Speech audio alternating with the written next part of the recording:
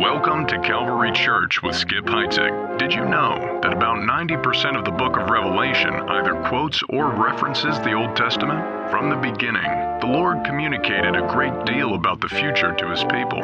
In this teaching series, Pastor Skip explains the theology of the end times and the differing conclusions biblical scholars have reached. The end may be nearer than you think.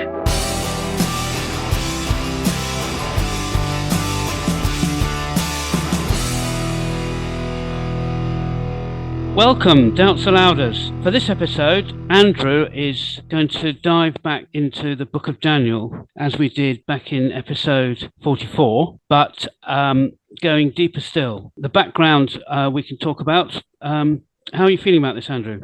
Well, yeah, I think that something sort of caught my attention to do with the book of Daniel again. So, yeah, in our previous episode, I think you said, 44? Yep. We looked at the book of Daniel, which is really a foundational book of Christian eschatology.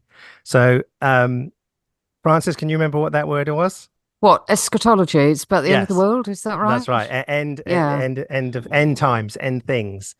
And so the book of Daniel is used certainly in the Christian context, but more so by Protestant evangelicals, as very key to understanding everything or a lot to do with the end of the age.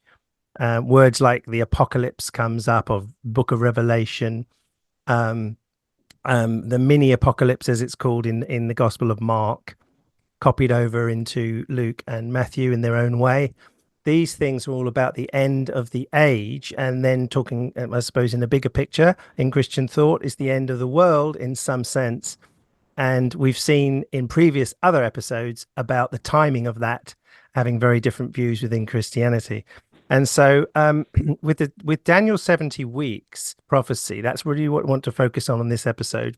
And we'll start in a minute, but we're going to have a news item before that. And so when Trump had the attempted assassination, I immediately thought, I wonder if anyone's prophesied this. This would be interesting. And it actually came to my mind. So I found this clip precisely because I always think like that. I wonder if anybody, had prophesied it, and I couldn't find anything. And then suddenly this thing popped up on a feed of mine. And at first sight, I was quite astounded. I thought something was remarkable. And just to think, and if I thought it was remarkable with everything that I've studied to do with eschatology, and at least at first sight, how many millions once this thing goes viral, and I knew it would go viral because I found it, I think, before it went fully viral, and I immediately sent it to you, Ed and Francis. So just to start, and this ties into the book of Daniel because we're talking about prophecies, and this is this particular thing that I found was a somebody called Brandon Briggs, who sets himself up as a Christian prophet, and I suddenly came across this particular clip. So I'm going to play it now, and then get both of what your responses were when you first heard it. So here we go. Because the Lord told me, he said, I am not done with America. And they were bringing forth a new patriotism upon the nation. And it was being birthed, and it just kept spreading like fire all throughout America, all throughout. And I saw Trump rising up. And then I saw an attempt on his life. This bullet flew by his ear, and it came so close to his head that it busted his eardrum. And I saw he fell to his knees during this time frame, and he started worshiping the Lord. He got radically born again during this time frame. I'm talking, people say he's saved now, but he becomes really on fire for Jesus, for what I saw coming. And then I saw people interceding I saw him winning the presidency through great. The Lord showed me it would go clear into the summer. Great persecution would come on him through the judges and through the law and all these people trying to sue him and all this stuff. But there would be a stop to it, and things would start to break free come toward the fall. And then I saw him winning the election through the patriots coming out and voting, and then there will be a great economy crash. Okay, so there we go. First thoughts, both of you. Well, it's very, it is quite striking. I can understand your reaction that you think, wow, that is uncanny. That is uncanny. Absolutely. That's my initial thoughts. Yeah. Yes, Ed? I'm sorry, I'm a cynical old basket. As soon as you sent it, I thought, well, there's bound to be something, not quite right here. And so I was looking for things that weren't quite right, and I didn't have to wait long to get them. Yeah, that's actually quite true. But actually, do you know what my first thought was? My first thought immediately, because I thought it was quite remarkable initially, and this is the issue with when you don't know a wider picture, say, of the person, what they've said before, what they were saying after, what they're even saying right in front of you. My first thought was actually a cynical in a slightly different way, Ed. My first thought was that I wonder if someone's just done this and then they've sort of put it out and said they've done it like months before. But when I looked, it was very clear when I could see all the responses to it back in March. It was done on March the 14th. It would be extremely hard to fabricate the whole history of people commenting on it back then, way before it's happened. So I ruled that out pretty straight away. But my first thought was a bit like in the book of Daniel, which we talked about last time, which was ex-evangelical prophecy, which is when it's happened and then you cast yourself back and predict it. So I did a bit of Daniel forgery on it at first, and that didn't prove to go anywhere. So my reaction was sort of looking for the opposite of cognitive bias. So I'm not saying I'm correct in the way I reacted. I'm just saying I'm a human being and I don't believe this stuff, and therefore that gave me an inherent bias against it. But equally, someone who is a Christian and is believing and is minded to, they'll leap on it and won't be looking for and won't be noticing even some of the little glitches in there. So I'm kind of hypersensitive to them and they're hyper insensitive to them. Yeah, I think that's a very good thing to open up about sort of natural biases. I do know that obviously reading the comments in it, people are on his own fan club, as it were, was just going through the roof. This is amazing, wow, and it does look like his channel has shot up.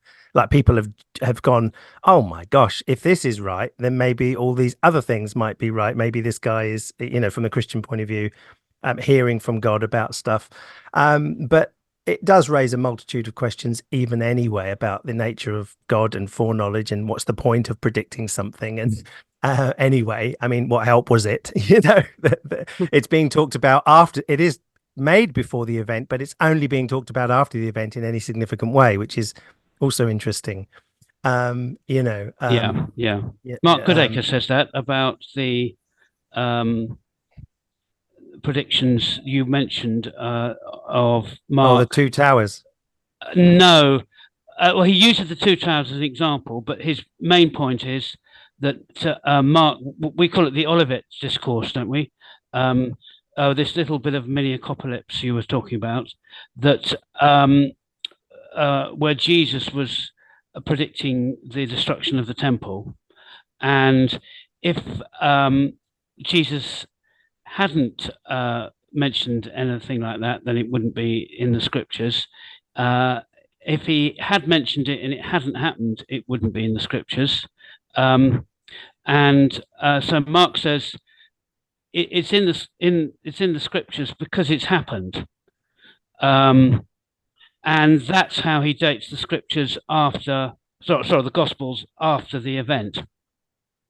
Yeah. So it's like this obscure video no one's ever heard about. No one doing a summary of 2024 would mention it as a news item, but now that the shootings happened and it's a good match to the prophecy is a news item. Exactly, and nobody was sort of it seems to me itemizing this one and saying, hey, look, let's tell. I mean, again, it raises all these questions. I don't know if you have anything to say on this, Francis. It raises the questions of what would the prophecy be for? Because would it be to, this is going to happen, so it's like, that's it then, it's fate. And so what's the point anyway of just telling some people ahead of time? Or is it like, could you avoid it based on it? And it raises all of those philosophical questions instantly, doesn't it? I think it might. I think this is what possibly they would say, it might be to demonstrate that God is on Trump's side, even though, so that God tells one of his, his representatives on earth, this is going to happen. And then it does happen. And then people have to take the representative on earth seriously. And this encourages, so God is working to bring about the re-election of Trump through all the, all the people who are following God, who all these people go out and vote for Trump because they now know, they have this confirmation that God is, watching over him and talking to people about him.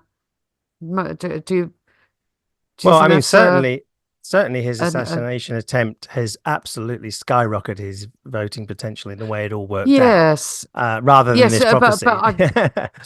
Yes, but I think the idea is that, well, frequently in the Bible, people make a prophecy and then it's found that their prophecy comes true. And then everyone pays attention to them. So I think that's the thing, that this guy, what's his name? Brandon Briggs. Yeah. Brandon Briggs can say, look, here you have, my the stamp of authority from God, that I do have contact with God and I am speaking from God because I made a prophecy which came to me from God. Prophecy came true. So now listen to me. Listen to me, and you know that you are being spoken to by someone who has God's approval and is in close touch with God. I think that's what I think that's why his going channel's gone boom. Yes, and everyone's jumping on it. But the problem is that when people have done that, you get sort of more intelligent Christians and more apologist Christians sort of looking at him and then seeing it as very, very, very problematic. So again, this has just now turned out to be a massive sort of divide. He's seen as a false prophet. He's seen because of everything. Yeah, it's highlighted everything else he said. And bit of an own goal, a potential own goal. Yes. Yeah, and so people. Yeah, the big thing he said was that Trump would sort of fall down on his knees and become a Christian, and we're actually recording this at a very opportune time because of I think yesterday in the Guardian, but it was the whole of the news media had it. I think Trump talking at a Christian rally, and he said very clearly, "I love you lot, but I am not a Christian." Yeah, yes. Although some sources said he was, he said I'm a Christian. That's right. So, and others said no, he didn't say it. He said I'm not a Christian. That's really okay. I was going to say that I'll confess that I only heard the prophecy through watching a YouTube video done by Mike Winger, which you forwarded, Andrew, I think. So I came into it from some, I approached it initially from someone who was saying, look, I'm going to show you why this wasn't a good prophecy. So I already knew that there was going to be an attack on it and that there were weaknesses in it. But had I not approached it like that, had I just heard it straight out the gate, I think my initial thing would be, wow, oh, this is shaking me up a bit. This is really difficult to explain. Then I think I would have taken a backward step and said, okay, let's start to analyze this a bit more calmly. And I think, yes, and I think actually that thing about him going down on his knees and accepting God, or, leaving aside whether he said he was or wasn't a Christian, I mean, that's something that just didn't happen. He didn't go down on his knees.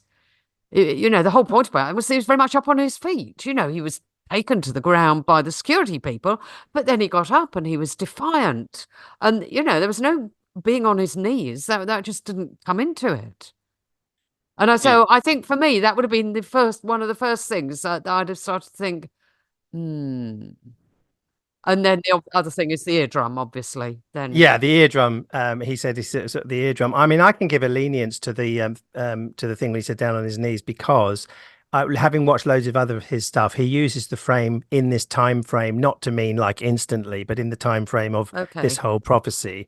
And I think he meant go down on his knees in the sense that, you know, at some point between now and being elected, he will go down on his knees, you know, in that spiritual sense of becoming a Christian.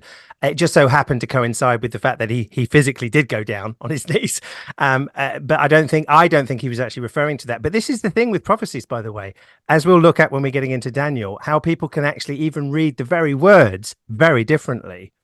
In terms of that, because when I first heard it, I didn't think he meant he'll fall down on his knees, as in he'll get shot, go straight onto his knees and start confessing at the rally. I thought it meant in this time frame he'll reflect and become a Christian. Actually, he's resorted to his old self very much so in his speeches, I think, or at least his recent ones. But I think then there's meant to be a big crash coming, so a huge one that's going to be worse than the Great Depression. That's a bold prophecy that's going to happen in early 2025. So that was the part of this one. He went on to say Trump will get in, and then there'll be this massive thing happening in early 25. So the thing is, when you look at lots of his other prophecies, which was the first thing I did, I thought, if this came out of the blue from someone who hadn't really done much before and just sort of had this prophecy and it was a little more accurate, I would have been absolutely amazed and gone, okay, this is something to really think about. But when I saw his hundreds and hundreds and hundreds of videos, there comes a point where you can throw so much out that something will coincidentally stick. Yeah, and throw that enough mud at the wall, some of it will stick. Something will stick. When you look back, he says all kinds of crazy stuff that people, Mike Winger did a thorough research, and he said loads of stuff was just completely not true. He's fallen out with the previous church because everything he said about some collapse in 2014 didn't happen, so he wasn't allowed to preach there anymore because a lot of people lost money. So all of this stuff is now started to come out of the woodwork, and Mike Winger says that he's actually probably got mental health and serious delusional issues as a man, and he does a lot to do with like God is saying, the cryptocurrency is now going up, this is a good time to go on it, and and so it's all to do with God being interested in sort of helping you, almost like gamble in a way, you know. And it's like suddenly when I saw that, I thought, yeah, he was just lucky. He just, you know, but maybe people were talking about an assassination, and I think people were, that, you know, it wasn't a wild thing to think that Trump could have an assassination attempt. You normally aim at the head, it could miss, it would go by, you know, so it's not ridiculous, even though it sounds at first remarkable. And I did think, wow. And then afterwards I thought, not so wow, you know. Okay. He got the ear right. He got the ear right, and the right side of the ear as well. Yeah, the right side of the head. Right side of the head, and the way he described it just after it happened. I mean, I was seriously thrown just by that sentence alone. And so, yeah, I get it. But when it's all mixed up with that personality, I mean, some of the stuff he says is absolutely crazy. And then he has all of this stuff of where he adjusts prophecies that don't happen. And he says, what God didn't tell me was that it's going to be delayed because of our prayer, you know. And so he's done that once. He showed it. Mike Winger was playing these clips. That's why he's done a 2-hour clip. And he goes, then the Lord gave me these dates, but obviously, thanks to all your prayers, it didn't happen. So thank goodness for that. And it's like, so he's using that one. Or something happened in the spiritual realm, not the physical. And that's very common, isn't it? Yes. And I just reminded of that book, Ed. What is it? When Prophecy Fails by Fessinger. Yeah. And there we go. That's exactly what they did. Yeah. It was because of their ardent prayers that it didn't happen. It didn't happen. So there's 3 things that normally happen, isn't it? It's either prayers have avoided it, which you think, what's the point of prophesying so strongly as if it's going to happen? And then prayers can avoid it so it doesn't. Or it gets pushed up into the spiritual heavenlies, which is another version of what happens. And what's the other one? And then the other one is it's just symbolism. Symbolism. And then or very vague terms, which can actually then have a reapplication pretty easily, you know. And then we've talked about this in our podcast about how the New Testament itself follows this trajectory with what looks like failure, and then reinterpreting, say, in 2 Peter to sort of say, well, a day is 1,000 years, you know. So suddenly the time perspective is all different now. Now it's not happened, you know, so quick as they thought. And so to me, he fitted perfectly into a classic case of he was lucky, some mud stuck to the wall, but the rest of when you look at whatever else he's saying, it's virtually bordering on he needs help, serious counselling, as Mike Winger said. So when you look deeper, it's not and this is a good segue and transition into this subject for today, which is a deep dive into Daniel's 70 weeks. When you look closer, it doesn't come up with the goods that they have said it does, I think. And so yes, we'll do that now. Well, I don't think we can expect people to have a clear memory of an episode quite a while ago. 44. Yes. Yep. So let's start with a sort of summary of that Daniel, rather than just this specific little bit of it. Yes. It's an unusual book in that it's an Old Testament book, prophecy book, where it's pretty clear that the prophet Daniel isn't the author of the book, and they are centuries apart. So Daniel is a probably mythical character, but he is thought to have lived about 600 BC and around about that time.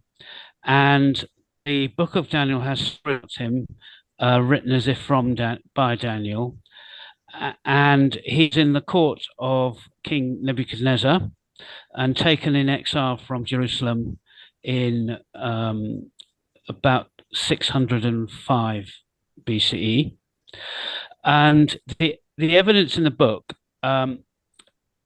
is that he makes these prophecies, and they are pretty vague and inaccurate for the immediate future of Daniel's time.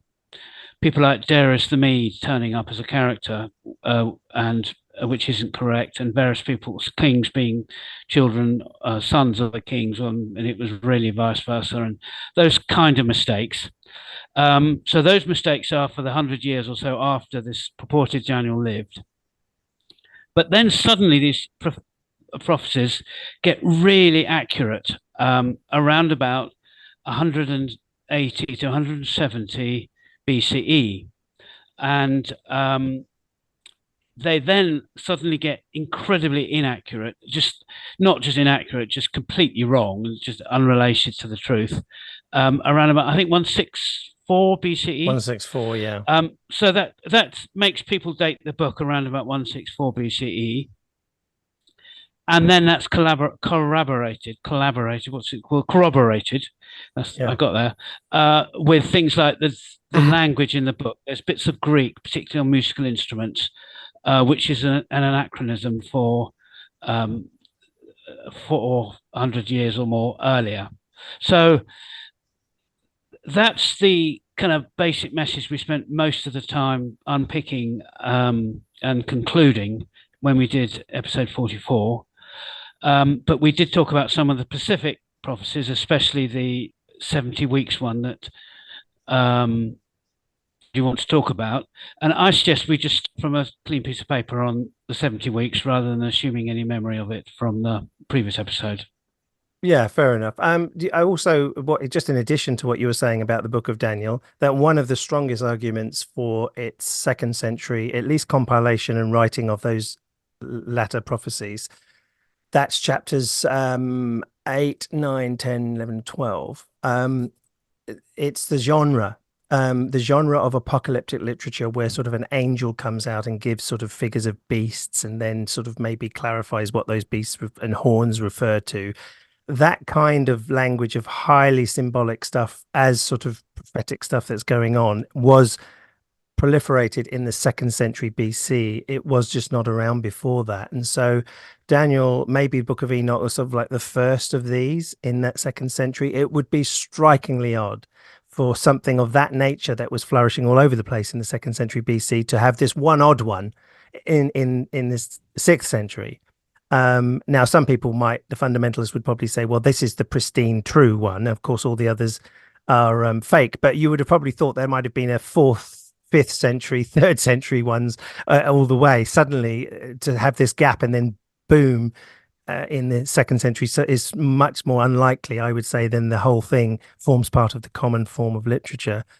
And these apocalypses tend to have a blueprint idea of future prophecy, not a lot more of the Old Testament, which is conditional in the sense that I will come and destroy you unless you repent. That was very common in the Old Testament, much of the Old Testament. This is strikingly different. This is giving a sort of an outline as if you're watching a movie, and that's it. It's fixed. It doesn't look like there's much chance of this not happening in the way that it's written in its style. So that's one other factor to add to that 2nd century argument that I think we covered in the previous episode. Yeah, this is comprehensively done. Actually, Richard Carrier, if I always get his name wrong. Is it Richard Carrier? Richard Carrier? Yeah, he's done a great summary of it. Yeah, I call him someone else. So we're not so on board with him when it's mythicism, but he does a very good summary of this evidence. He's a great researcher of these. Yes, I think he's an interesting historian, even if you don't agree with him about mythicism. Exactly. Very thorough, and he's good at putting his arguments very together. readable. So I'll put the Carrier link in the show notes as well.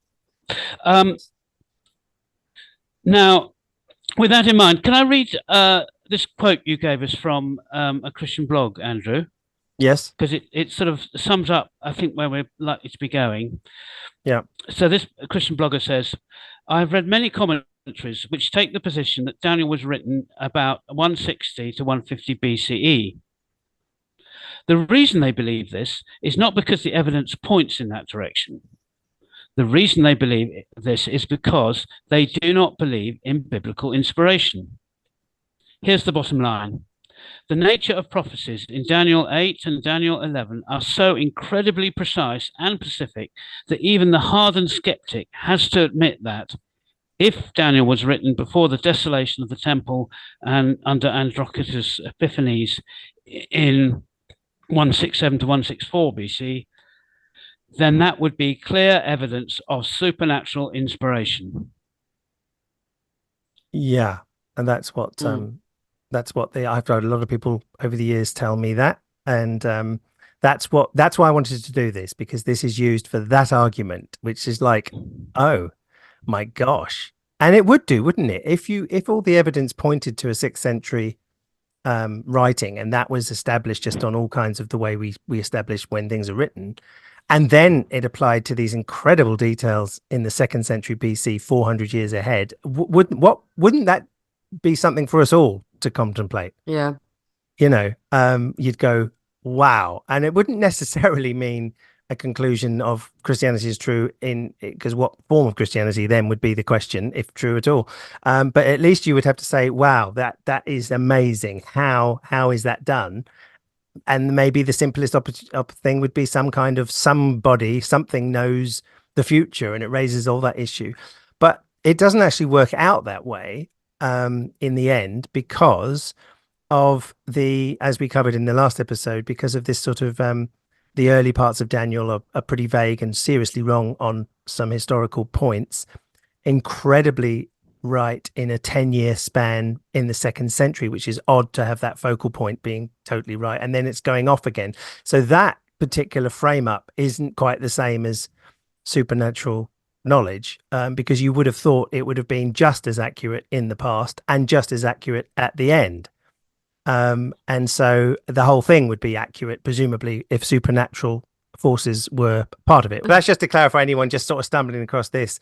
But the other thing is you're up against a hermeneutical difference, as John Collins, one of the most famous scholar of Daniel, says that that the critical scholar who doesn't have a bat in the race in terms of inspiration can accept that writers can get things wrong just by concept, whereas the fundamentalist and the conservative have a default thing.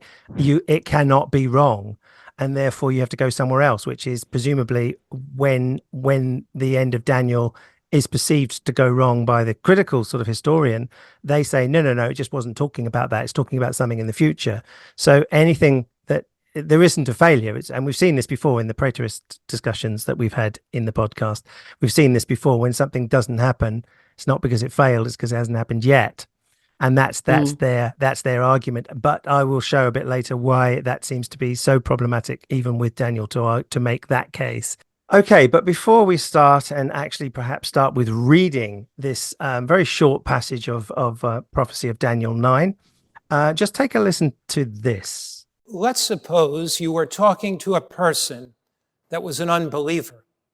Let's further assume that that person is not only an unbeliever, but they're an atheist or an agnostic. And you only had one opportunity to talk to them. What texts in the Bible, what passages in Scripture would you share that could make a difference? Sir Isaac Newton, famous mathematician and scholar, chose the book of Daniel. Christopher Columbus, explorer, chose the book of Daniel. Timothy Dwight, the first president of Yale University, challenged his atheistic students to a debate, and he too chose the book of Daniel. In the book of Daniel, there are 4 verses that really demolish atheistic arguments. Now you say, Mark, that's really simple. That's too simplistic. These 4 verses, once you grasp them, reveal 3 things. 1, that the Bible is truthful. 2, that Christ is divine. And 3, that prophecy is reliable. Wow. Okay. So here are the 4 verses. And I'm going to choose the English Standard Version. 70 weeks are decreed about your people and your holy city, to finish the transgression, to put an end to sin, and to atone for iniquity, to bring in everlasting righteousness, to seal both vision and prophet, and to anoint a most holy place. Know therefore and understand that from the going out of the word to restore and build Jerusalem, to the coming of the Anointed One, a prince, there shall be 7 weeks. Then for 62 weeks it should be built again with squares and a moat, but in a troubled time. And after the 62 weeks, an anointed one shall be cut off, and shall have nothing. And the people of the prince who is to come shall destroy the city and the sanctuary. Its end shall come with a flood, and to the end there shall be war. Desolations are decreed. And he shall make a strong covenant with many for 1 week. And for half of the week he shall put an end to sacrifice and offering. And on the wing of abominations shall come one who makes desolate, until the decreed end is poured out on the desolator. Right, so let's just get into this. We touched into it before. Now we're going to go deep into this one. This, first of all, it should be known that this 4 verses is probably the known, apart from maybe Matthew 24, maybe a couple of other places, one of the most difficult interpretive sequence of Hebrew words that you can get, from my understanding and research over many years now. That almost every sentence here has a different understanding by some reader somewhere in church history. So much so that even the figures, we don't know if there's 2 anointed ones by the Hebrew or just 1.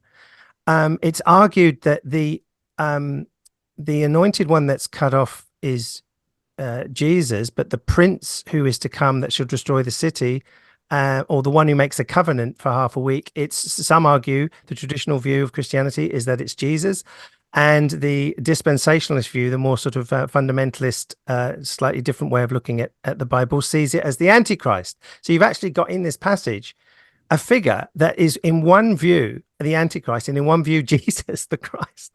It's like, wow. Yeah. I didn't understand. I got to say, I did not understand about 75% of that. Yeah. Yeah. So, so Ed, and that's why I read it in this English Standard Version, because I was trying to find the most scholarly style to read it from, rather than a NIV or Good News Bible or something like that that's more evangelical lined, and not so much that as much more keen on interpreting and translating rather than transliterating. So when I was looking into it, even this verse that said, then for wait a minute, a prince, there shall be 7 weeks, full stop. Then for 62 weeks, it should be built again with squares and moats. So it completely separates the 7 weeks from the 62 weeks. And other translations push them straight together. It's just a weird way of counting to 69. 69 weeks. 7 and then, 7 and 62. Yeah, which some argue is sort of like really sort of pushing away what reason it might be for this distinction to suddenly do that. So just to say that at first. So first of all, there is an incredible split of Christian opinion, so much so that it's, I think, one of these famous scholars, the one who died a couple of years ago, it's gone from my head now, but he said it was the mire of interpretation of this verse. Yes. I forget his name. Wasn't it Swamp? I can't. It'll come to me. Yes. And it was like the mire, and it's like, okay. So talking about this 4 verses where that guy in the video said, if you want to talk to any sort of atheist and agnostic, these 4 verses will just push you in a position to change all of that. When actually the reality is that it's so hard to understand what this is that even the critical view has some problems with it in terms of trying to settle on what it means and what it could mean. And so I remember reading this as a teenager and sort of having a view that was in a book, and it was sort of settled it for you. And then I just found another book that said something different. I was going, oh my gosh, very dispensationalist back then. And so if I wanted to break it down simply into perhaps best way to do it is to break the essence of how people have looked at these 4 verses in 4 different views, even though some of those might expand into others, but 4 basic ones. And so what I would say there would be a Jewish view of this. Like, Jews do not understand it, obviously, as about Jesus and taking you to Jesus. There are 2 basic Christian views. The standard one, and then what you call a dispensational view. And this is where they radically see the text quite different in particularly the last 2 verses, 26 and 27. And then you've got this sort of critical scholarly historian view that itself breaks down into sort of 2 versions with significant differences, which is interesting in itself, by the way. So that's sort of situation we're in. And so that's not necessarily encouraging to the human being who knows nothing about this to say how simple is it, because the critical scholarly historian view simply puts it to a fulfillment and then failure finally of fulfillment into the 2nd century BC. But so much of it fits with other things going on in the book of Daniel. It's so related to chapters 8, 10, 11, and 12, and it really is incredibly related to those others. I noticed that probably 90% of the sort of Christian apologetic views, they don't touch into the other chapters. They just look at this and they talk all about Jesus through it. They don't look at what the other chapters are saying, and they're so interrelated that it really does help you get out a little bit of the mire, should I say, but not totally. I've got the quote now. It's not mire. This chap said, the history of the exegesis of the 70 weeks is the dismal swamp of OT criticism. That's the one. Who said that? Who was it who said that? Not Darius the Mede. I'm trying to get this thing. I think Montgomery. Oh, really? Oh, yes, there's a chap called Montgomery. Yeah, I thought it might be sort of the Apostle Peter or something in the New Testament. Okay, now here's an interesting little bit just to tease a bit on the issue.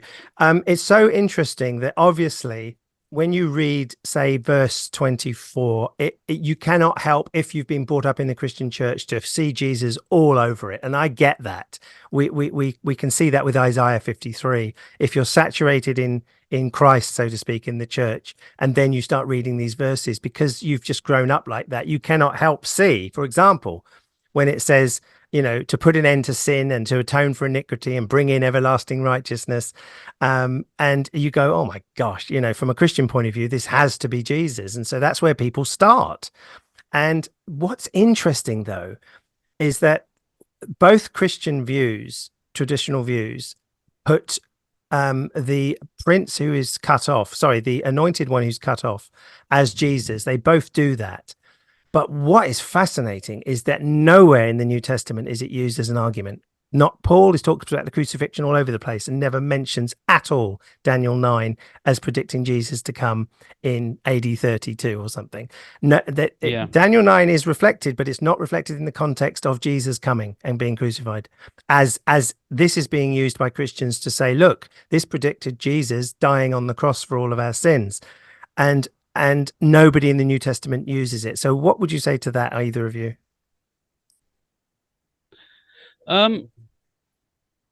Well, it's not necessarily against it, because it could be so amazing that people missed it, and to find it in hindsight is just as amazing as to find it at the time.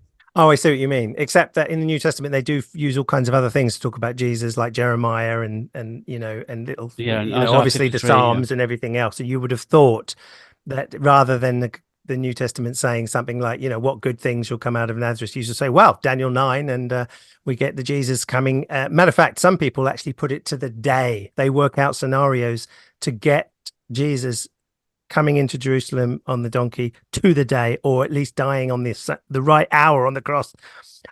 From this, it's amazing what people have done to this. And so that's because if we go back now to verse 24, it says 70 weeks are decreed for your people in your holy city. Now, do you remember, both of you, or maybe from the previous episode, why 70 weeks might have come up in this prophecy? Because you haven't read an earlier verse. Yes, sir. Waving my hand. Yes, sir. I don't know. Okay, hold up the cards. 10 points. Jeremiah predicted that there would be 70 years between the exile to Babylon and the return of the Jewish people from Babylon back to Jerusalem. That's exactly right. Jeremiah 29:10. For thus says the Lord, got King James here, I think, when the 70 years are completed for Babylon, I will visit you and I will fulfill my promise and bring you back. So basically, in 605, Babylon conquered Jerusalem and took them all to Babylon, and including the character Daniel there. And so the punishment for Israel's sins was a punishment of 70 years. And it's argued that in turn from Jeremiah goes back to Moses sort of writing, or believed to be by Moses, which is to do with Sabbaths, and not that they weren't keeping the 7-year Sabbaths, or 7 years. I've got some verses somewhere I can look up. Right. They weren't keeping. So a lot of scholars, and this is evangelical scholars. So do the maths for us. Did it happen? Oh, right. Okay. Well, in a way, yes. So basically, the character of Daniel is writing towards what would have been the end. Seems to be the. No, wait a minute. But we certainly think that Daniel didn't exist when Jeremiah was writing, and he didn't exist when the people did come back or started coming back from the exile. So, was it a 70? Did it happen with that 70-year gap? Yeah. So with that, well, even with, it's difficult, isn't it? Because you're talking about the character story and you're talking about the historical Daniel, and there's a difference there. But yes and no. There was a kind of an early trickle back, I think, even slightly less than 70 years. Even that's been, funny enough, Tom Stark says it was like 48 years, and then I read someone else that was saying it was nearly 70 years. And it's very difficult to find even the critical scholars agreeing exactly what happened. But there was some kind of fulfillment. Yeah. But when they came back, there wasn't this sort of, I will return you to this place. Jeremiah actually does talk about rebuilding Jerusalem, because in parts of Jeremiah sort of overlaps with just the beginning of the Babylonian exile. And so there is allusions in Jeremiah himself to the rebuilding, and almost a word from God that it will be rebuilt, which will be very significant later, by the way. Hang on. the return was within the 70 years, but what they returned to was still not what they'd been promised by Jeremiah. Yes, Is that I right? believe it was 100 years of sort of their own sort of independence, and then it all got taken over again. Actually, a little bit hazy. It's one of the that, most famous. It's one of the most famous Bible verses. It's the verse that says, "I have got plans for you to bless you and not curse you," and all that one. And so that didn't happen in the full whack, but I like this idea that it was maybe 48, because I've heard 49 years as one of the options, and that is a kind of a near miss from the point of thinking back of our Trump prophecy, because 70 is two Bible numbers, 7 and 10 multiplied together, and 49 is 7 times 7, and which is like the Jubilee year as well. So that's is something we think in Daniel's mind when he makes up this, or if that's the case, makes up this 70 weeks thing. Because of we should have said it a while ago. Pretty well everyone agrees that a week in Daniel prophecy relates not to 1 week but 7 years.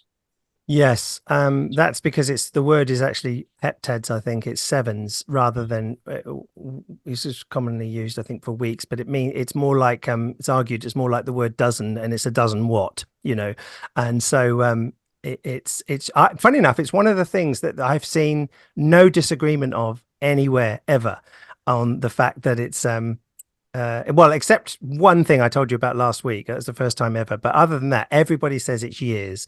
It's a week. It's a sevens of years, if you know what I mean. And nobody disagrees with that. I suppose because all the things that are prophesied to happen just couldn't happen in a year and a half, rebuilding temples and in a troubled time. And then all this stuff will happen. Even Antiochus Epiphanes back in the 2nd century BC, it's all over a 10-year period we're talking. So nobody disagrees with that. So it's probably one thing you can hang on and say, yes, it is, even though it's not clear. It doesn't say 490 years. It just says 77s, and we are led to believe that it means 490 years. But going back to what I said, when that return came, a lot of the critical view of it that sets it all about 2nd century BC Maccabean period, they are split between having a way of getting these numbers to work and having a more of it's just all 7s and 70s, and it's meant to be the perfect time, and it's not meant to be pressed for position. So there's a split in the critical view over this. I think there's a very good way of using the numbers, actually. That's not bad, but it is convoluted, and I can give you reasons why.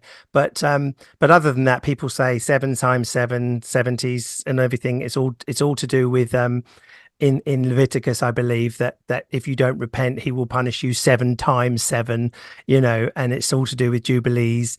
And there is a pattern here that 70 has a reason to be used, even if it doesn't actually match up to exactly 70 years. So I think you could argue there's a partial fulfillment, but by the time we get all the way down to all the things that have happened with rebuilding Jerusalem and everything, and then the Maccabean War in the 2nd century BC, the real author of Daniel is saying this is not what Jeremiah envisioned, that they were meant to come back and build. Jeremiah references building Jerusalem again. And so there's a sense that there was no real fulfillment. It was just a sort of it's sort of like conked out, but and now an angel is dispatched. Angel Gabriel is dispatched to Daniel, who's puzzled. It looks like he's puzzled, or at least looking at the 70 years and saying what's happening. And that's when we get the angel says, I've been sent out to you. Matter of fact, the angel says, at the beginning of your supplications, a word went out, and I have come to declare it, for you are greatly beloved, because he's been praying, you see. And so consider the word and understand the vision. which he doesn't, by the way, at the end of the passage, but and much of the other visions as well. I just don't understand, he says. So there's something going on with so I would say you're going to get somewhere, and a lot of evangelical scholars who are more scholarly do agree with this, that basically the passage is referring to sort of Levitical things to do with jubilees and 70s and 7 times 7, and there's sort of there's reason in this kind of language for judgment on Israel for not following the laws, and that if they continue, I suppose, doing the right thing, the land, I think it's the land needs to be exiled from the people, needs to be separated from the people, so it can have these Sabbaths without them, because they never did it when they were living there, something like that. So it's all to do with that kind. I don't want to get sort of bogged down in that, but that may be a good understanding of a backdrop to why on earth, Francis, you might say, why is it talking about 70 in the first place, and why 77s and what's going on?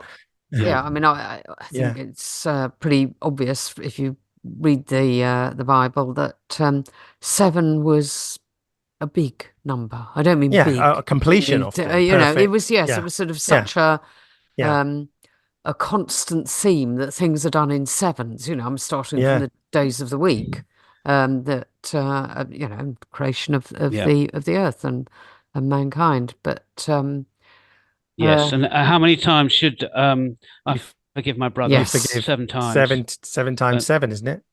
70 times 7. 70 times 7. Well, there we go. Here we go. That's exactly for this.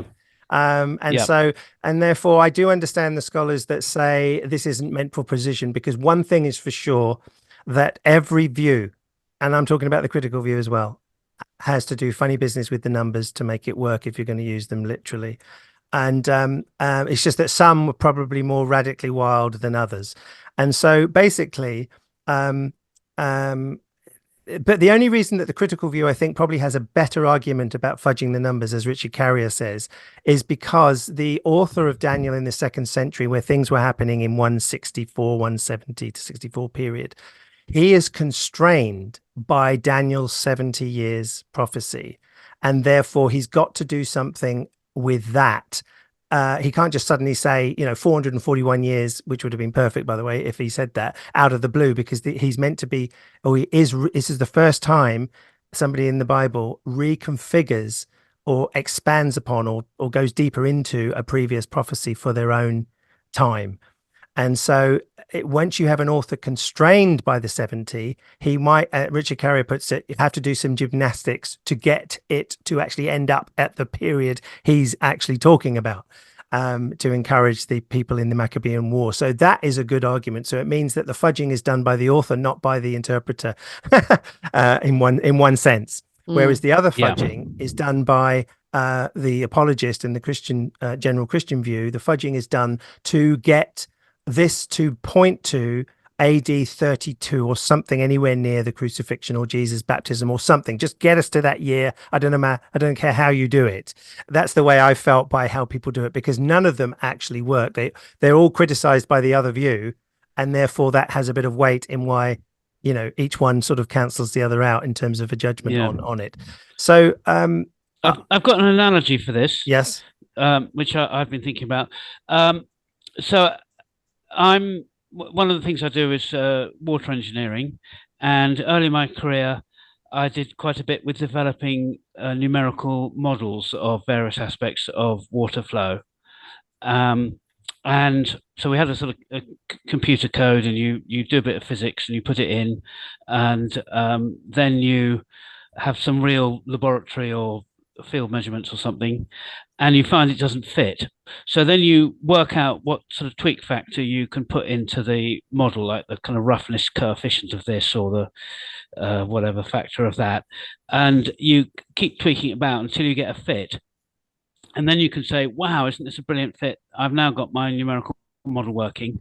And then you use it for something else. And of course, if you're not careful, there's something else, you get completely the wrong answer because you had a fairly dodgy method of deriving the model's accuracy in the first place. Yeah, that's good, sort of helpful analogy. Yeah. Yeah. So that what the apologists are doing is kind of picking events in history here and tweaking the length of a week there and force fitting this and that, and suddenly you've got this prediction of Jesus dying on the cross to the nearest day, which is in some of these apologist write-ups, and you're supposed to be amazed. But then you look at the very next verse in this set of four, and you see that using that scheme to predict the next event, it gets it completely wrong. That's right, and also, like, one of the views I talked about actually has a pause in this 490-year scheme, an indefinite pause of what is now turning out to be thousands of years. And so when there's this, at least Jeremiah's prophecy was 70 years, and then they're puzzling over, well, 70 years is up, or something, or how's it going to be fulfilled, or what's going to happen. At least that's sort of coherent. But if you have this then scheme in which can actually have a not spoken about pause, in which the last 7 years can happen thousands and thousands of years later, I don't know whether it's silly and laughable or it's genius, that view, because it's probably both. Because if you have a view that's unfalsifiable, it's like, wow. And so one of the views does do that. It has a gap in this 490 years, gone from 70 now to 490. It now has a gap that's pausable, and the whole church is in there, the crucifixion's in there, everything's in there. And then suddenly it sort of, you must have had that view, I believe, Ed, in your church, or not? I didn't get into this at all. Oh, okay. I only really came across this when I was leaving the faith and reading apologist books. Right. Okay, then. Well, just to press on a little bit more, but we've already noted that it would have been interesting that if it did take you up to the day of Jesus' crucifixion, however you got there, it's surprising that no one person in the New Testament picked up on it.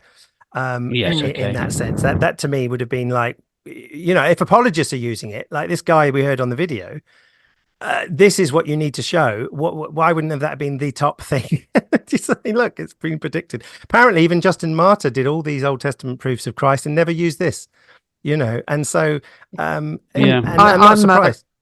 I'm fascinated that these verses that was going to be so effective in turning atheists and agnostics into Christians, Ed didn't even come across them until he read them in atheist stuff. Yeah. So how about that? Well, in apologist stuff. Yeah. So it didn't in apologist stuff. Yeah. It wasn't apologist stuff, was it? Okay. Yeah, it wasn't apologist. I was looking. I was trying to keep hold of my faith, but also be honest with myself. So I read scholarly stuff and I read apologist stuff. Right. Okay. Okay. I misunderstood. So it wasn't actually needed. May have kept you in the faith, Ed. Well, I was slightly arrested the first time I read it in the first book, and then I dug about. A bit like Brandon Briggs, then. First time you hear that thing. Yes, exactly. That's the similarity going on here. Yeah. Yes. I mean, it does sound amazing. Particularly this numerical model analogy. That was exactly how it played out. That I said, oh, okay, great. So this is the model of how to interpret this prophecy. So let's work it all through.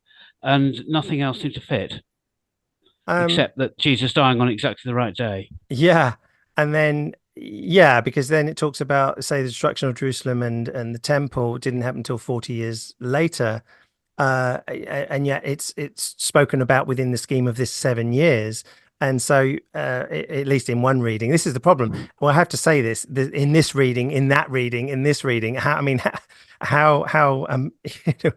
amazing is the text when you have all these readings? Yeah. But just to show you an example of, I'm going to flip back to, say, the critical view, and then tell you what the traditional and then the dispensational view. Dispensational view is the one where they have the big gap.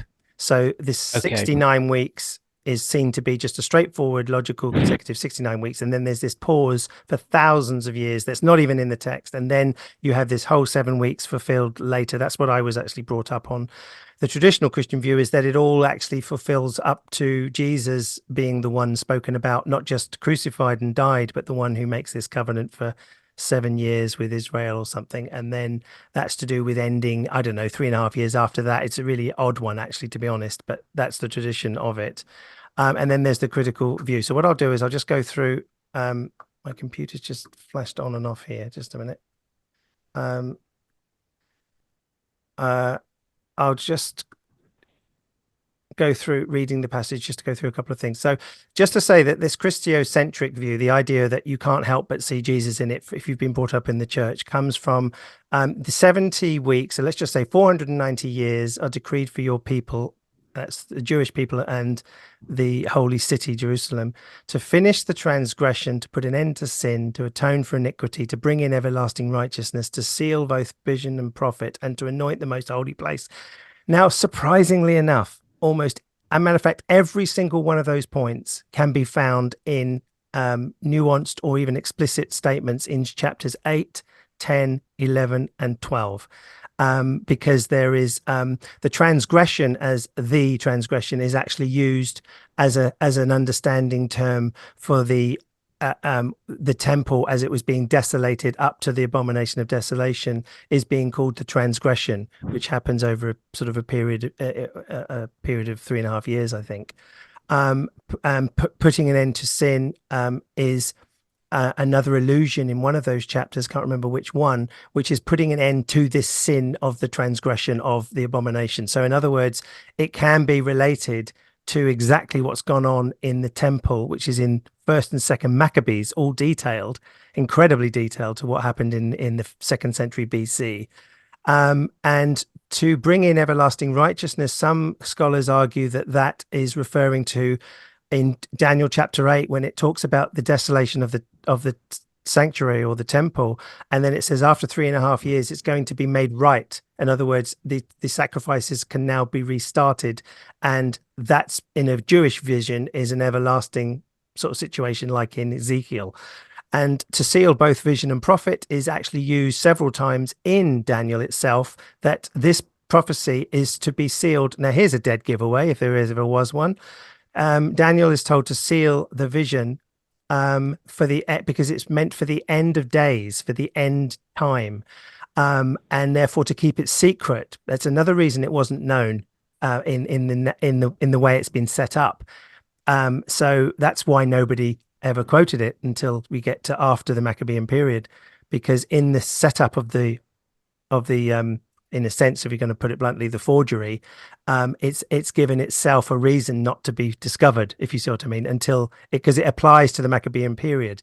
So so we've got, anyway, reference to sealing the vision within Daniel itself, and to anoint the most holy place. Some translations just have holy of holies, or some people try to make that the most holy, and they talk about anointing Jesus, but it doesn't say that. Anointing the most holy place is, in fact, at the end of this Maccabean period of the abomination of desolation, after 3.5 years, there was a rededication, a cleansing of the temple, so to speak, which is mentioned, and there was a re-anointing of the place. And so every single point here can actually have, within the book's own wording, reference to the 164, 171 BC period, without really any problem with the actual wording and language. It's only when we've been in a church setting where people have said it's all about Jesus, it's all about Jesus, all about Jesus, do you start to automatically read every single one of those as about Jesus and not about the Maccabean period.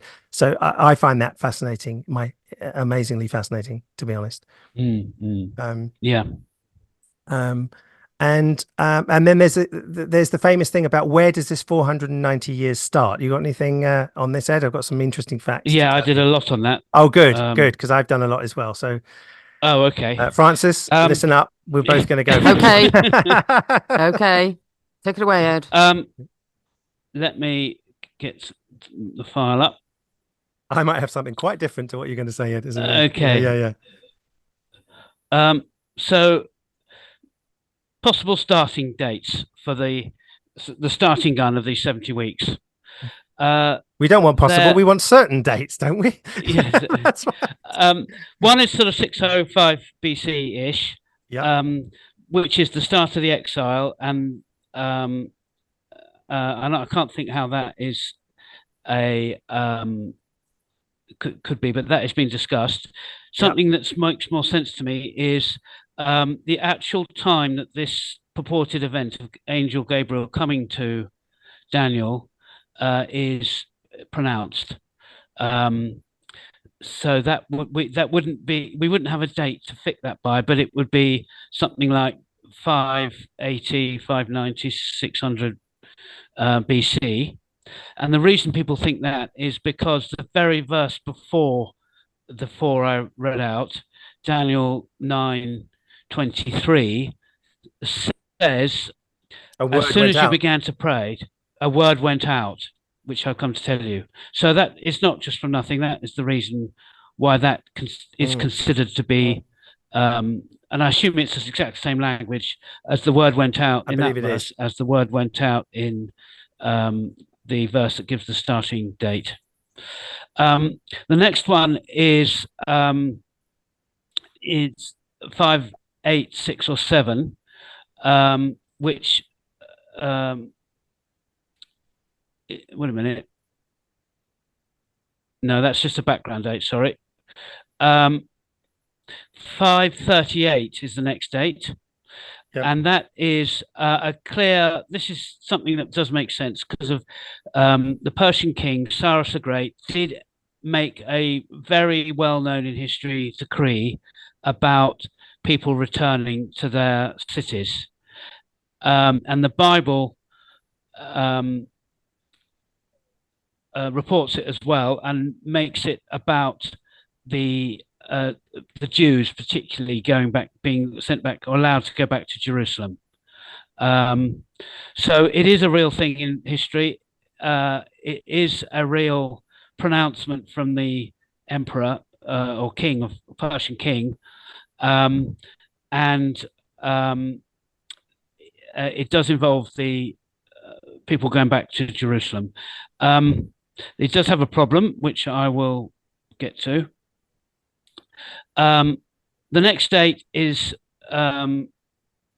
actually is before that, 557, and that is when Ezra is given a decree to let people go to Jerusalem and carrying silver and gold and stuff for temple sacrifices. That's 457, I think. 457, yes, yeah. 457, yes, 100 years later, roughly.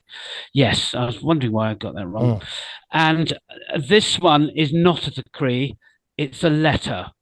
So Ezra is given a letter that gives the king's words in it, but it isn't a decree made sort of centrally, it's just a sort of covering letter with Ezra's mission, given some authority from the king to do what he was going to do.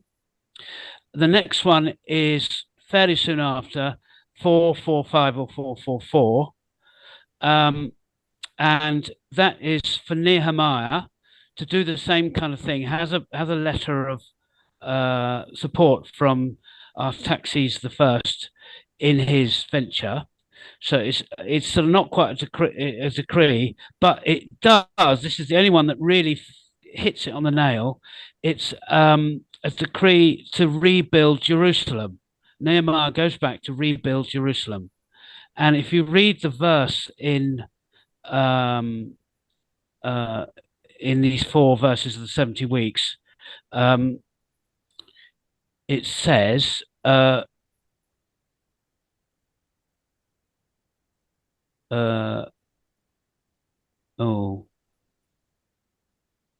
Right. Know and understand this. From the time the word goes out to restore and rebuild Jerusalem until ... So it's to restore and rebuild Jerusalem. And that's only Nehemiah that actually does that. And that's verse 25. This is 445, 444. And sorry, but the verse you just read was verse 25. Is that right? Yes, that's right. Yeah, that's right. okay. Verse Just in 20, case people beginning of want- verse 25. Yeah. And so that's got a lot going for it, because it is actually rebuilding Jerusalem, but like many of them except the Cyrus one, it suffers from it not really being a proper decree. It's also the ones that apologists love. And it's also which 10 we will years come out to. in a straightforward. Well, but they can adjust solar that day. with a Recalendering. redefining a year. Yes. But we'll come to that. Yes. And that's the one, I would say that's the one, Mike Winger, that's the one, all these different apologists, they tend to go, they all talk about this Robert Anderson guy, who wasn't actually a scholar, but he did this book which did all the calculations way back, actually. I'm thinking it may have been 80 years or 100 years ago, maybe. And leads it all to, this is the one that gets you to Jesus' day of baptism or something, by doing something to the years, 360-day years, they're called prophetic years of the Bible. Which I just heard a Jewish guy said that's nonsense. That's 360, 360 years. Yeah, I heard a Jewish guy talking about this just today, and he was just saying that's just not true. So I thought, well, I need to look at that and see why people say there is and why a Jewish guy is saying there isn't.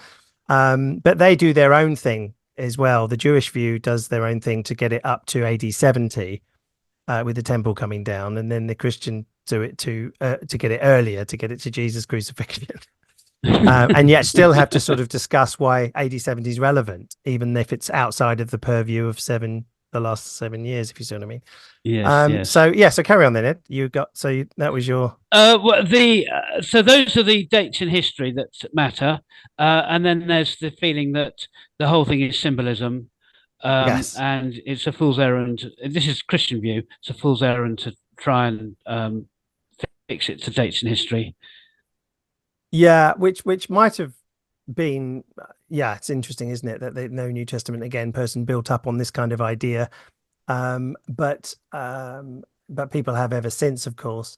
I'll just say a couple of words about the potentials here. That I've several people now in the scholarly realm have pointed out that a lot of translations say know therefore and understand from the time that the commandment or the decree goes out, that it actually is not a good translation to say commandment or decree. It's a word that went out. That phrase, like you just pointed out, it's not a royal language word. Apparently there's another one for that. This is more like the words that come out from God.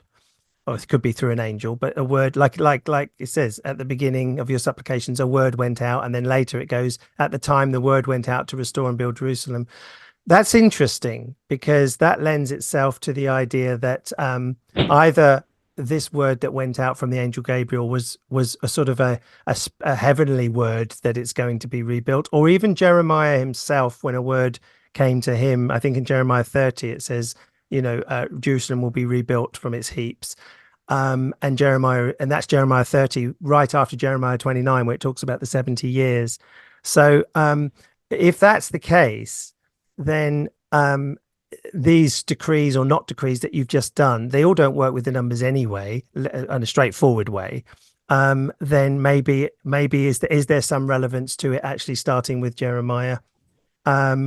Okay. Or even here. I mean, John Collins says it doesn't start with Jeremiah. It starts with this word that went out, and so he says he takes the view that it's not precise. It's out. But there are other scholars, and I'm going to give you the three. It's quite good for the years to fit, because of course, if you're trying to land it in the 160s or 170 BC, compared to trying to land it in 30 or 27 AD, you've got to have a start date a long way before 44, whatever it was.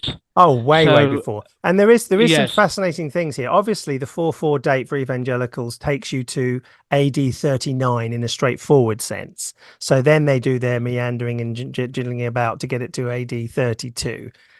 Which they can do by different people do different things, but the straightforward one is AD 39.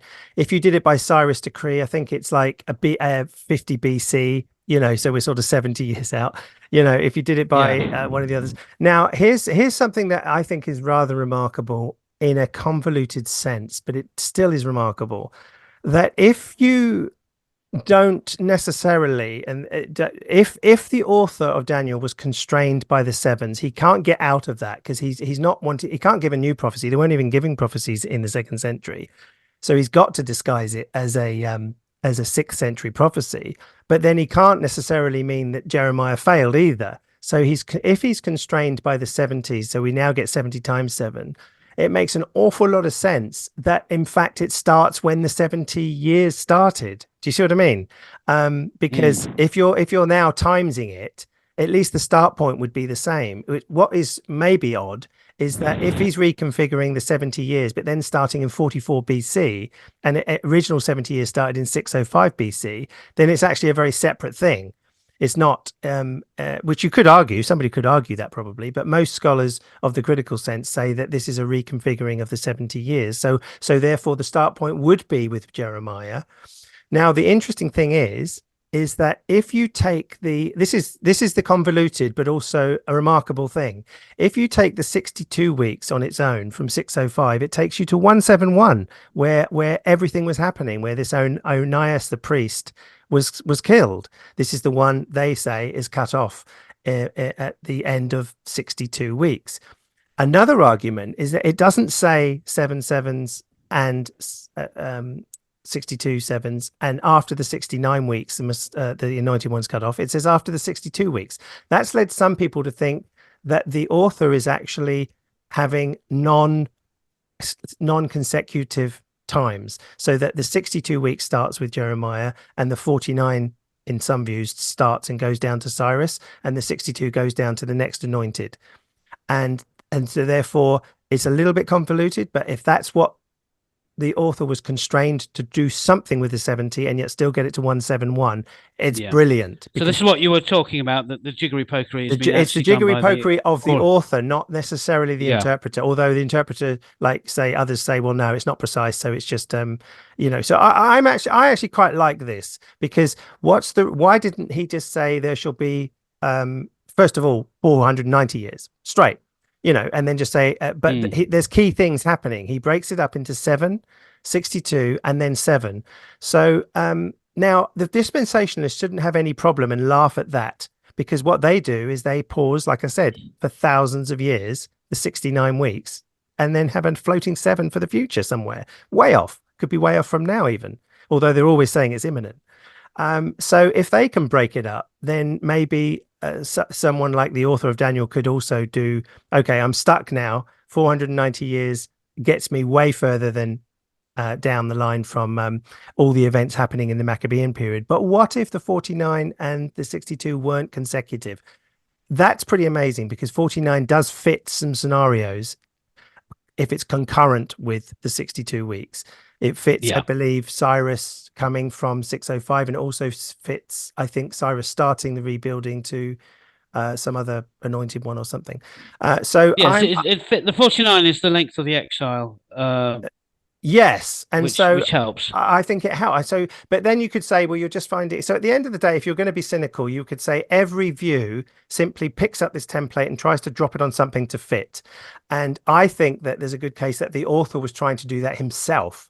Whereas the other views, it's the apologist or the Christian is trying to pick up and map Jesus from it, because it doesn't quite fit in every way. So I mean, once that's admitted, so I'm fully admitting that it's a little bit convoluted, but it's remarkable that 434 is not 5 years out, 2 years out. It's actually spot on to the year of 171, which a very key figure died, which it's argued in that view that this high priest was cut off. It's not Jesus. And so I think that's pretty good. And anointed, the high priests are anointed, so that fits nicely. And so this idea when it says the Messiah is a bad translation. If we read some other passages in Bible Gateway, you would find one of them says the Messiah. So people go, right, we're clearly talking about Jesus. It's not. It's an anointed one, which is the word that can be used for Messiah. But Cyrus was an anointed one. Matter of fact, that's another reason for Cyrus being key in this. He's an anointed one for a purpose. And so I think there's 2 anointed ones. I think the most natural reading is 2 anointed ones. Most translations make it seem that there's just one at the end of these 7 years, then followed by 62. I don't. Yes. That's right, because the anointed one will be put to death and have nothing. That's after the 62 weeks. That's after the, and And then there's another one who is a ruler who's who will after come and the destroy 49 the weeks. city and century. Yeah. No, he kind of starts at the same time that the anointed one is. Right. put to Okay. That's death. another view then. Okay. Because I've got one. Okay, I'm just trying to read it as if I hadn't have any history or anything. Yeah. I'm just trying to read it as it seems to be saying. Yeah. And then so the first anointed one is cut off and have nothing, and that's a goodie in the Daniel's day of 171. That's right. BC. Yeah. And he's a goodie in that he's Jesus in the Christian one. Yeah. And then the other one looks to me like a baddie.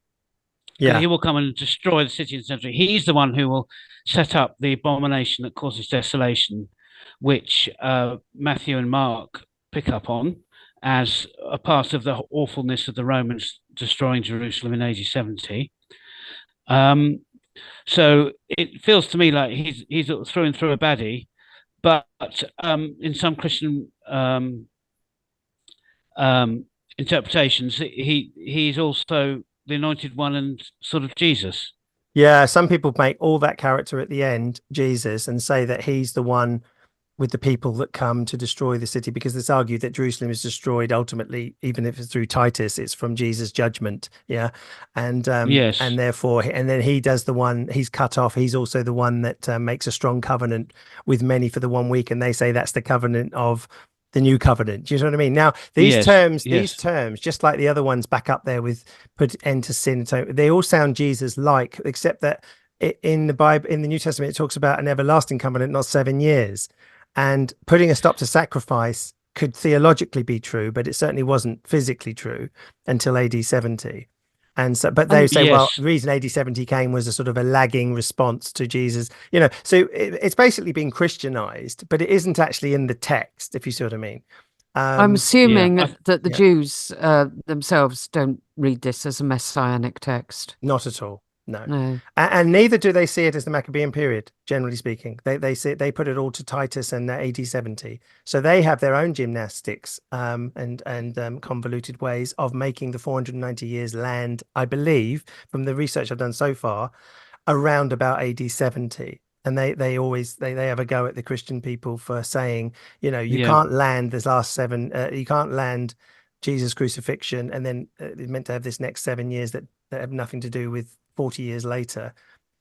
Or even worse, the dispensational view jumps over AD 70 and has it in the distant future.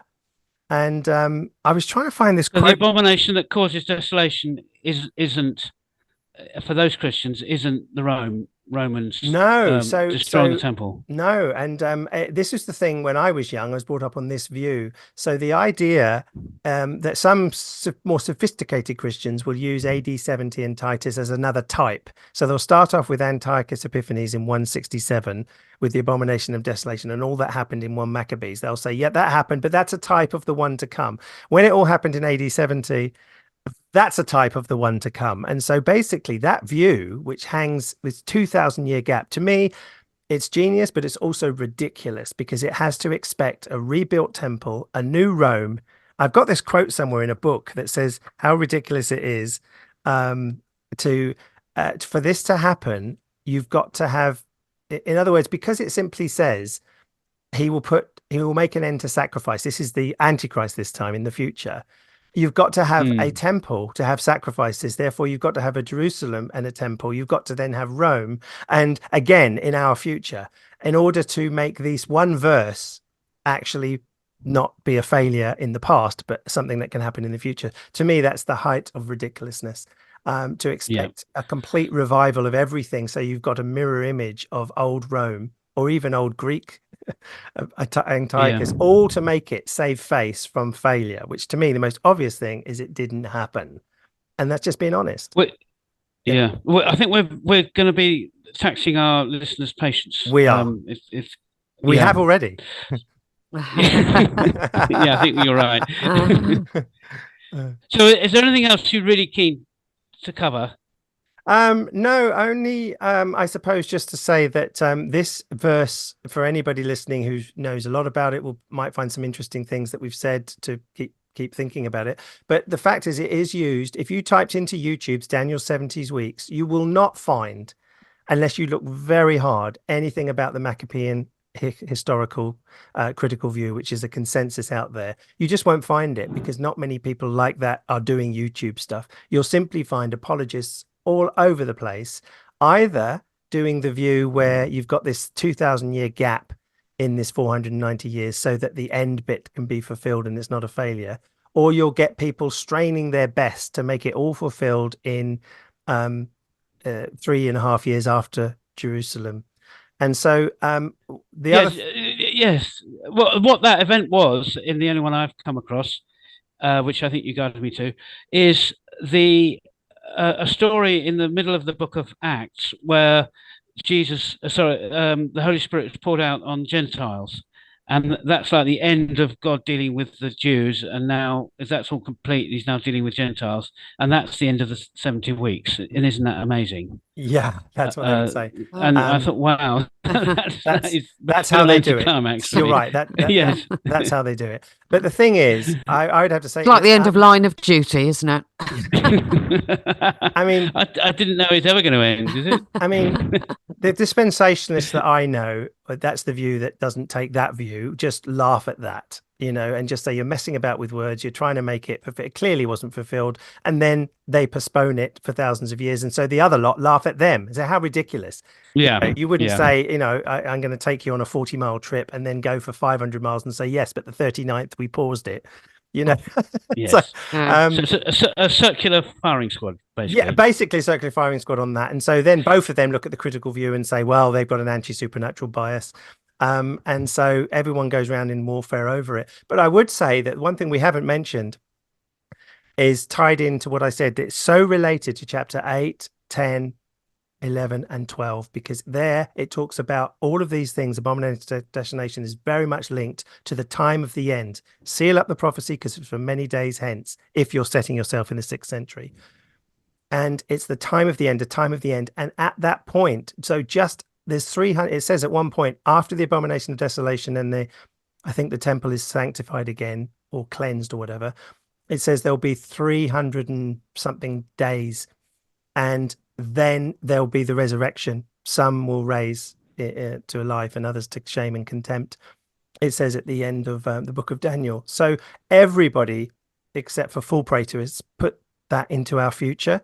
So whatever Christian view there is, if there's no failure, they will stretch that somehow, even though it's giving you a precise time of days. And that makes them, what do you think it might make them do to the days? Where it says 2,000 days or something. Well, they make them years. And so there's all kinds of views now that, or in the past, that have tried to stretch Daniel, the days there, into years. And so it means the resurrection's in our future still, And so all of this bending the text is just simply to save failed prophecy. I see it as most understandable as a prophecy that failed. Amazing book, but failed. It's quite simple, really, and yet it's unacceptable, of course, in a faith stand. So you'll do anything to not make it fail, and that's why you get all of these different interpretations. So that's what my last word on it. Right. I'm reminded you finished off episode 44 on this by pointing out it's like it rolls and it rolls. So it starts with Jeremiah, and then Daniel tries to rescue it by redoing it, and then then Mark rescue that by redoing it. Yes. Yeah. That's why, by the way, and on you go, something like that. You said, because as it keeps rolling on. Yeah, because you didn't bring up about the fact that somebody's going to say, "Aha!" But Jesus said, talked about the abomination of desolation as not having occurred yet. I think you didn't bring that. Yes, that's right. But you see, the critical view there is to say that the author of Mark is, in fact, reinterpreting the fact that it didn't happen, because that resurrection didn't happen, and Antiochus didn't die that way. So it must have been another figure when it says that Antiochus should have died between Jerusalem and the sea, and he didn't. He died in Persia. So they say, well, that's not a failure. It just means it wasn't talking about Antiochus. It's talking about someone in the Roman period.